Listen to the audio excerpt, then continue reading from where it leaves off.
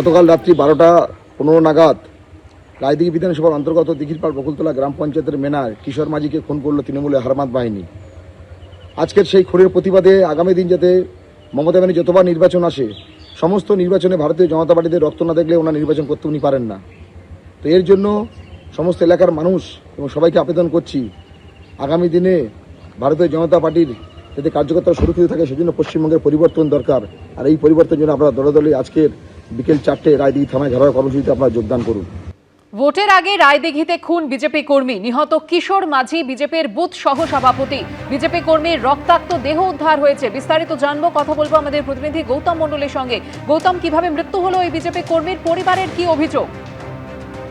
হ্যাঁ দেখো, ঘটনাটি ঘটেছে দক্ষিণ 24 পরগনা যে রায়দিঘি বিধানসভা আছে, সেই রায়দিঘি বিধানসভার দিঘিরপাড় বকুলতলা যে পঞ্চায়েত, সেখানে যে 216 নম্বর বুথ মেনা বলে, সেই বুথেরই সহসভাপতি বিজেপি কর্মী কিশোর মাঝি 37 বছরের।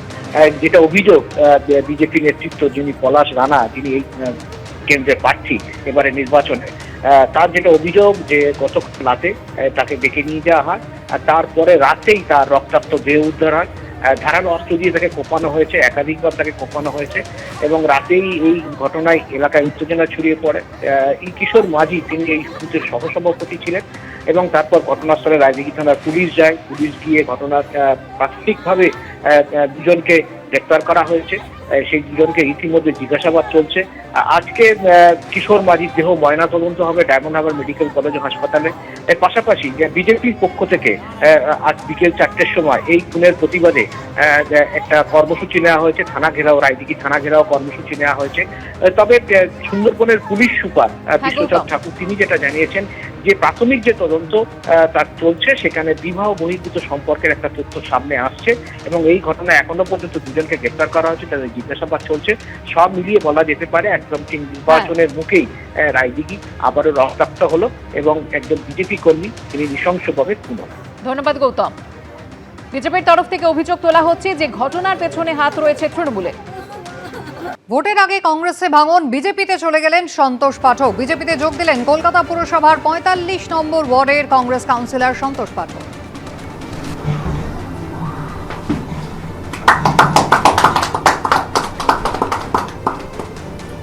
बीजेपी जिंदाबाद जिंदाबाद जिंदाबाद, बीजेपी जिंदाबाद जिंदाबाद जिंदाबाद, नरेंद्र मोदी जिंदाबाद जिंदाबाद जिंदाबाद, नरेंद्र मोदी जिंदाबाद जिंदाबाद जिंदाबाद, नवीन जी जिंदाबाद जिंदाबाद जिंदाबाद, रोहित भट्टाचार्य जिंदाबाद जिंदाबाद जिंदाबाद।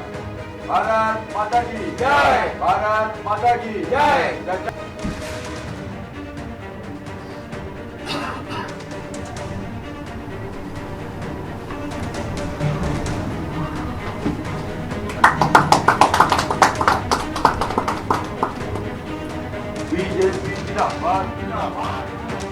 এবিপি আনন্দ, এগিয়ে থাকে, এগিয়ে রাখে।